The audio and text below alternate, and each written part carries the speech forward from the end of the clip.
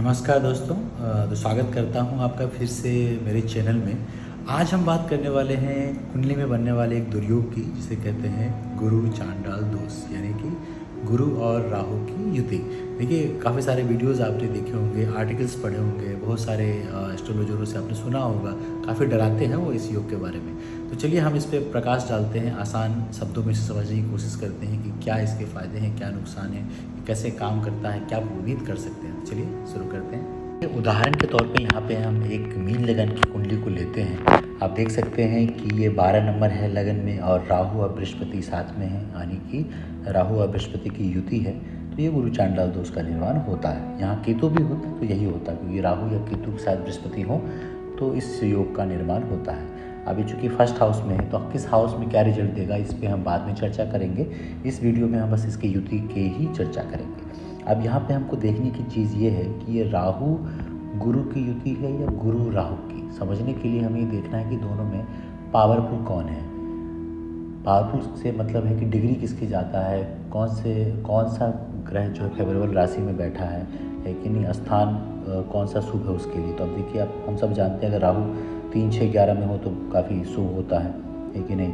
और शुक्र की राशि में हो, बुध की राशि में हो, शनि की राशि में भी कुछ हद तक अच्छा फल देता है, लेकिन बृहस्पति की राशि में अच्छा फल नहीं देता है, क्योंकि बृहस्पति से उसकी उतनी दोस्ती नैसर्गिक मैत्री की बात करें तो वो नहीं है, क्योंकि दोनों को अगर आप समझें तो एलिमेंटल मैच है ही नहीं। बृहस्पति कहाँ गुरु की राशि है ना, और राहु कहाँ है, चांडाल की श्रेणी में डाला जाता है। तो एक मैच है ही नहीं, ये एक दूसरे से मेल खाते ही नहीं है। तो इस करके इनकी युति वैसे भी अगर आप समझें तो उतनी अच्छी है नहीं। लेकिन हम ये भी जानते हैं कि राहु जिस भी प्लैनेट के साथ बैठता है उसके गुण को अपना लेता है और वैसा ही फल देने लगता है। यहाँ पर हम एक चीज़ देखते हैं, अगर आप गौर से देखें यहाँ पे, तो आप पाएंगे कि राहु की जो डिग्री है यहाँ पे वो करीब 19 डिग्री का ये राहु है, और जो बृहस्पति है वो 8 डिग्री के हैं। मीन राशि में बैठे हैं, अपनी राशि में बैठे हैं, लेकिन अस्त भी हैं। तो यहाँ पे एक बात तो चलिए जाहिर होगी कि यहाँ पे राहु ज़्यादा पावरफुल होने वाले हैं, तो बृहस्पति यहाँ पे कमज़ोर है।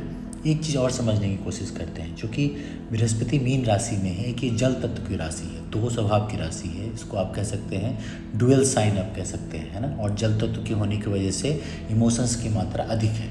आप वृश्चिक राशि भी एक जल तत्व की राशि है, जिसे आप ठहरा हुआ पानी कह सकते हैं। कर्क राशि भी एक जल तत्व की राशि है, जिसे आप एक वाटर बॉडी कह सकते हैं, जैसे कि नदी। लेकिन जब मीन की बात आएगी तो ये एक समंदर की तरह है, एक ओशियन की तरह है, गहरा है, जिसका कोई अंत नहीं है, यानी जिसमें इमोशंस कूट कूट के भरा हुआ है। और वैसे भी वो इंसान दो माइंड में रहता है, किसी चीज़ पे फोकस नहीं कर पाता ज़्यादा, और हमेशा चीज़ों को लेकर एक असमंजस की स्थिति में रहता है। वहाँ आके राहु बैठे हैं, जो कि मेंटल प्लेन पे काम करते हैं, इमेजिनेशंस को बढ़ाते हैं, आपके चीज़ों को कह सकते हैं, आपकी आर्ट को समझिए, आप जो क्रिएटिविटी होती है उसको बढ़ा के चलते हैं। आपकी कल्पना शक्ति पे इनका बहुत बड़ा कंट्रोल होता है। आज की डेट में तो राहु को इंटरनेट का भी कारक माना जाता है। तो उस एक इमोशंस से भरे राशि में, जो कन्फ्यूज राशि है, दो तरीके से सोचती है, वहाँ जाके अगर राहु बैठेगा तो कहाँ ले जाएगा आपके दिमाग को, आपकी इमेजिनेशन को कहाँ लेके जाएगा। आप सोचेंगे, बहुत सारे प्लान बनाएंगे, फिर एक प्लान बनाएंगे, उसको होने से पहले कहीं और जंप करेंगे, तो यानी कि ये चलता रहेगा। तो ये इसका एक नेगेटिव एस्पेक्ट आप ये कह सकते हैं। लेकिन ऐसा नहीं है कि ख़राबी है, क्योंकि बहुत सारी चीज़ों में जहाँ आज की डेट में क्रिएटिविटी है, तो सबसे पहले तो चीज़ें दिमाग में बनती है, उसके बाद वो पेपर पे बनती है, फिर वो प्रैक्टिकली उसको बनाया जाता है और उसका एग्जिस्टेंस में वो आती है चीज़। यहाँ हम बात कर रहे हैं कि किसी भी चीज़ को बनाने से पहले उसका निर्माण पहले आपके मस्तिष्क में होता है, तो ये राहु कर दें। लेकिन अगर आप भटकते ही रहेंगे हमेशा और किसी एक चीज़ पर फोकस ही नहीं करेंगे, तो उसका आपको नुकसान ही होगा। लेकिन अगर आपने इस चीज़ को समझ लिया कि नहीं, मुझे एक चीज़ पे फोकस करना है और उसी में क्रिएटिविटी लाके एक बेहतर चीज़ बनानी है, या कुछ या अपने जीवन में या फिर किसी प्रोडक्ट पे आप काम कर रहे हैं, कहीं भी आप कोई बिजनेस कर रहे हैं, तो वहाँ आपको ये राहु सफलता देंगे। आप ऑनलाइन चीज़ों को जितना यूज़ करके काम करेंगे, कि आपके लगन में बैठे हैं, है ना। ये वो प्लानेट है जो लगन में बैठा है, किसी और को आपका नुकसान नहीं करने देगा, लेकिन आप खुद ही अपना नुकसान करोगे।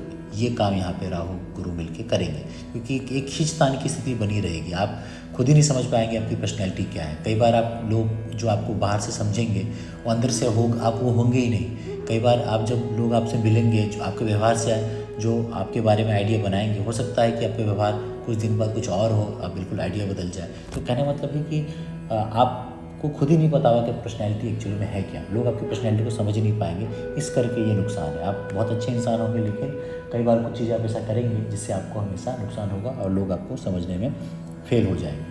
अब एक चीज़ और यहाँ समझते हैं कि आप पावर आप किसको देंगे। अगर आप गलत काम करेंगे, है ना, आप जैसे सिगरेट पिएंगे, दारू पिएंगे या अनैतिक कोई भी काम करेंगे, धोखा देंगे किसी को, क्योंकि राहु यहाँ आपको चालबाजी तो देंगे, क्योंकि आप बैठे हैं वो आपके लगन में है, तो आपके व्यक्तित्व पे वो आएगा, है ना।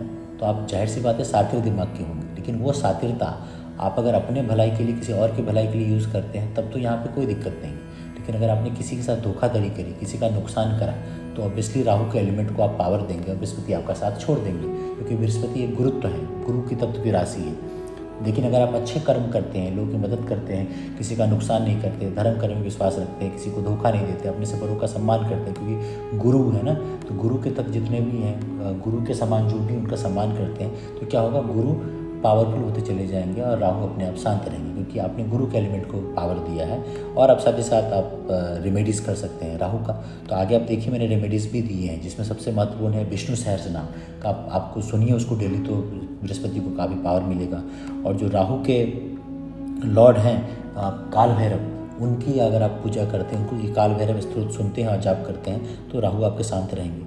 तो ओवरऑल कहानी इस बात पे है कि दोनों साथ में रहने से आप किसके एलिमेंट को ज़्यादा पावर दे रहे हैं, वो आपको मदद करेगा। तो ये योग बिल्कुल हमेशा बुरा ही नहीं होता है, ये आपको बहुत हद तक जीवन में मदद भी करता है। आप अच्छे कर्म करते हैं तो एक टाइम पे ऐसा भी आएगा कि राहु आपको इतना दिमाग आपका तेज़ देंगे कि आप चीज़ों को इस दुनिया के हिसाब से हैंडल कर पाएंगे, क्योंकि आजकल वही तो पीपल हैंडलिंग ही सबसे बड़ी चीज़ है। लोगों से बचना कैसे है, कितनी पॉलिटिक्स है हर जगह, उससे कैसे निकल के जाना, यहाँ राहु आपको मदद करेंगे। लेकिन आपको करना क्या है, आपको एलिमेंट तो हमेशा ही बृहस्पति को ही पावर देना है और राहु के जो कैरेक्टर्स हैं उनको लेके चलना है। क्योंकि अगर आप गलत रास्ते में पड़ गए फिर तो यही स्थिति आपको बिल्कुल चौपट भी कर देगी, बिल्कुल ख़राब स्थिति भी आपके लिए पैदा कर देगी। हाँ, शारीरिक रूप से अगर हम आप आते हैं तो ये आपको कुछ ना कुछ, चूँकि लगन में है, तो कुछ ना कुछ ऐसी आपको बीमारी देंगे जो डायग्नोज होने में थोड़ी दिक्कत आएगी, आपको पता ही नहीं चलेगा। तो ये राहु यहाँ पे करेंगे। स्नायु तंत्र से कोई समस्या आपको दे सकते हैं, और कितना भी जीवन में आपको सब कुछ होगा, लेकिन मानसिक रूप से हमेशा आपको ये एक्टिव रखेंगे, कुछ ना कुछ आप सोचते रहेंगे। लेकिन जिस दिन आप ये समझ गए कि ये जो युति बनी है आपको समझाने के लिए ही बनी है, आपके जीवन में ये परेशानी है, उसी दिन आप इसका पॉजिटिव यूज़ करने लग जाएंगे और यही राहु आपके लिए बिल्कुल उल्टा अच्छा परिणाम देना शुरू करेगा। तो राहु लगन में घबराने की बिल्कुल ज़रूरत नहीं है। अच्छे कर्मों पे ध्यान दीजिए, लोग की मदद कीजिए, किसी के साथ धोखा मत कीजिए। ये राहु का एलिमेंट अपने आप नीचे चला जाएगा, उसकी नेगेटिविटी, और बृहस्पति पावरफुल होते चले जाएंगे। और अगर यहाँ पे देख सकते हैं बृहस्पति चूँकि लगन के लॉर्ड हैं और कर्म भाव के लॉर्ड है 10th हाउस के, तो यहाँ पे पुखराज भी पहन सकते हैं। ये हर सकता हर कुंडली में ये ना हो, लेकिन यहाँ पुखराज पहन के भी आप बृहस्पति को पावर दे सकते हैं, क्योंकि डिग्री वाइज दोनों में डिफरेंस है और तत्व एलिमेंट भी इनका डिफरेंट है। इसलिए ये कह सकते हैं कि 100% तो सही नहीं होती, लेकिन 100% ये ख़राब भी नहीं होगा। इसका आपको फ़ायदा कैसे उठाना है ये आपको समझने की ज़रूरत है। ये राहु के एलिमेंट्स को, धोखाधड़ी, चालबाजी, इसका इस्तेमाल जो है बिल्कुल मत कीजिए। अपनी चालाकी का इस्तेमाल कीजिए अपनी भलाई के लिए, लोगों की भलाई के लिए, तो इसका आपको 100% फ़ायदा मिलेगा। रेमेडीज़ आप आगे देख सकते हैं, इनको आप फॉलो कीजिए, जो भी आप कर सकते हैं, बिल्कुल आपको इसका फ़ायदा मिलने वाला, बिल्कुल घबराने की ज़रूरत नहीं है। चलिए, धन्यवाद।